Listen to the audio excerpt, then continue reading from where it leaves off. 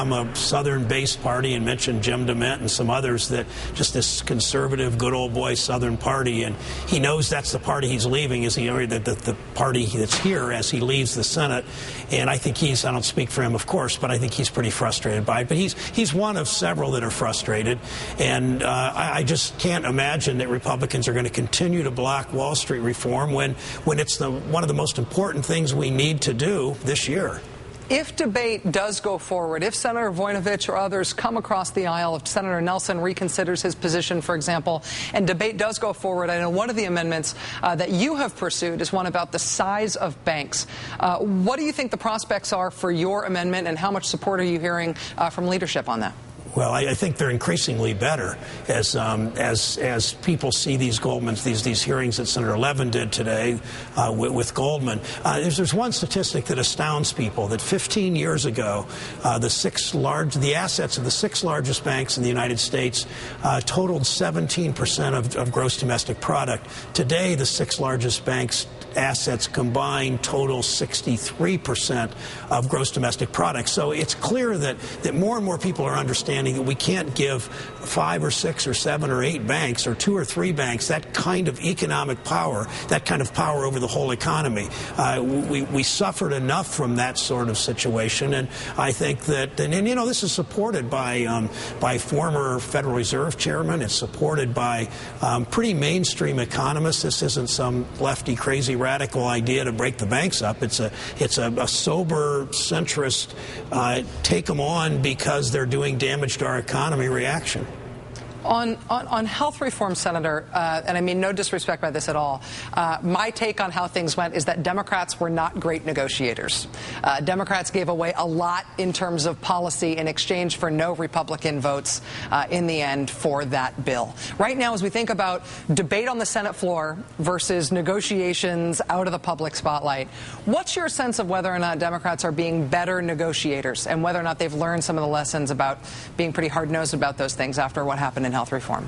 Yeah, I think people learn their lessons, and we have a much stronger public in support of moving forward and moving this bill in a more progressive direction, not compromising. You know, the compromise to Republicans and bipartisanship really has been bring in the interest groups, bring in the health insurance companies, and bring in bring in Wall Street banks and give them something, let them sit at the table, give them something, and slap a bipartisan label on. That's not what we're doing, and that's not what we should have. We should not have done that in health care. We sure are not going to do it now.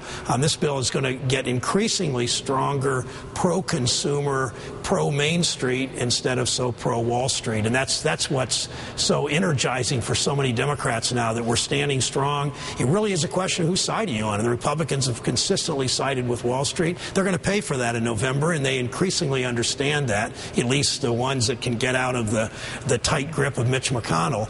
And the Democrats clearly are on the side of Main Street. But McConnell's view is this worked for him for the last 16 months, this kind of obstruction. Well, it's not going to work for him now, and a handful of more independent, open-minded Republicans are starting to understand it. Democratic Senator Sherrod Brown of Ohio, thank you very much for your time tonight, sir. Thank you, really Rachel, appreciate always. it. Thanks. But first, one more thing about today's Senate hearings on Goldman Sachs.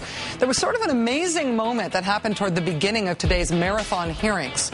See if you can spot the irony in this particular line of questioning being pursued by this particular United States senator. Do you think that the incentives that are set up in firms like Goldman Sachs are the proper incentives to have folks engage in ethical behavior? Senator, I think Goldman Sachs works hard to engage in ethical behavior in all aspects. Didn't say that. Do you think that those incentives are there that lead to ethical behavior? Imagine what it was like in the Republican cloakroom before this hearing. Okay, who's going to really go after these guys for unethical behavior?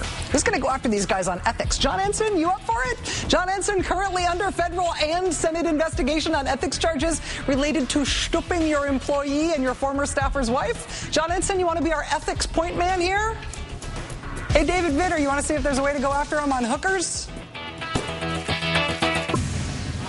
The bill I'm about to sign into law, Senate Bill 1070, represents another tool for our state to use as we work to solve a crisis that we did not create and the federal government has refused to fix.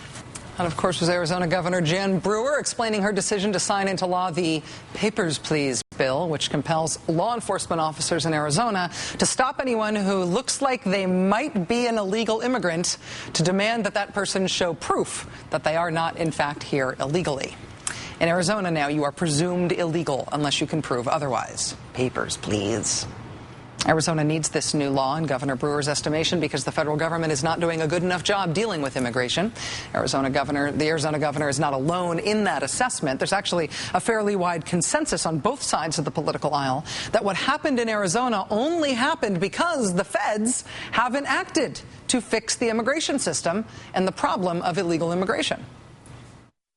This law is a response to the president's and the administration's failure to secure our borders. Our failure to act responsibly at the federal level. Arizona has a point, which is the federal government has not done a good enough job. The federal government, the immigration people, have not enforced the laws. It's demanding a national answer to immigration policy. The state of Arizona has decided to take matters into their own hands. That's why we need comprehensive immigration reform to secure our borders. After years of inadequate enforcement by the federal government, that states are driven to do this.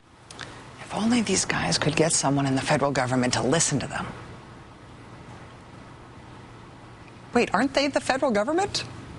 Yeah, everybody, both people for the law and people against the law, are all saying that the reason Arizona's law was passed and signed and now exists is because the federal government hasn't acted on immigration reform and or border security. Well, the federal government could act on immigration reform. The federal government is made up of people whose job it is to decide to do things, to fix problems. And if all of these federal lawmakers, all those federal lawmakers you just heard, are lamenting that the federal government hasn't acted on immigration, you wonder, well, they're the federal government. Why aren't they acting? Why isn't anything happening right now on immigration reform?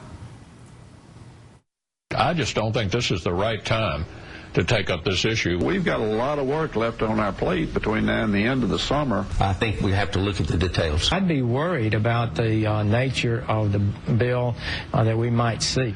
It's not a great time to take this issue up in Washington. But I sure wish Washington would do something. You know, funny thing. Check this out. March 19th, last month, an op-ed titled "The Right Way to Mend Immigration," authored by Charles Schumer, Democrat, and Lindsey Graham, Republican.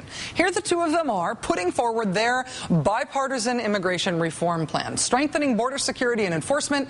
They want biometric social security cards to crack down on illegal workers. They want a new official process for temporary workers, and they want a, quote, tough but fair path to legalization for those already here. That was bipartisan immigration reform.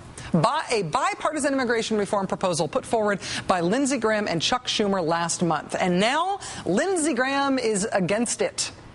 In fact, Lindsey Graham has gone so far as to bail on the bipartisan climate change proposal he was working on with John Kerry as well, because he's mad that Democrats might bring up his immigration reform proposal first. He said, quote, "This comes out of left field. We haven't done anything to prepare the body or the country for immigration." Except for, you know, that time last month when I helped write that op-ed explaining what it was and why we need it. Lindsey Graham now against the thing he co-wrote an op-ed to push for just last month. It's like they say, everybody complains about the weather, but nobody does anything about it. Immigration reform is not the weather. It doesn't just happen on its own while we all sit back as observers of it and complain or cheer. It is a decision that is made actively by politicians. And the decision to not do anything on immigration reform is a decision that is being made right now by specific people, by the Republican Party. They also don't want to do Wall Street reform. And they didn't want to do health reform either, but Democrats got that done anyway. Are Democrats going to get immigration reform done as well? Not if the Republicans can help it. But, you know, that's been true of everything that's gotten done in the last 18 months or so. You can't get away with saying simultaneously that you want something done and that you won't do it. I mean, if you're just some jerk like me talking about politics on TV, or some guy at the water cooler, or someone calling into talk radio, you probably can get away with saying you want the federal government to do something that you won't do yourself. But if you are actually part of the federal government, if you are part of the legislative body that is one branch of the three branches of our government that we have in this country, you can't really get away with saying there ought to be a law. because you make the laws. You can't really get away with saying that something should be done and also at the same time saying that you refuse to do it. At least you ought not to be able to get away with that.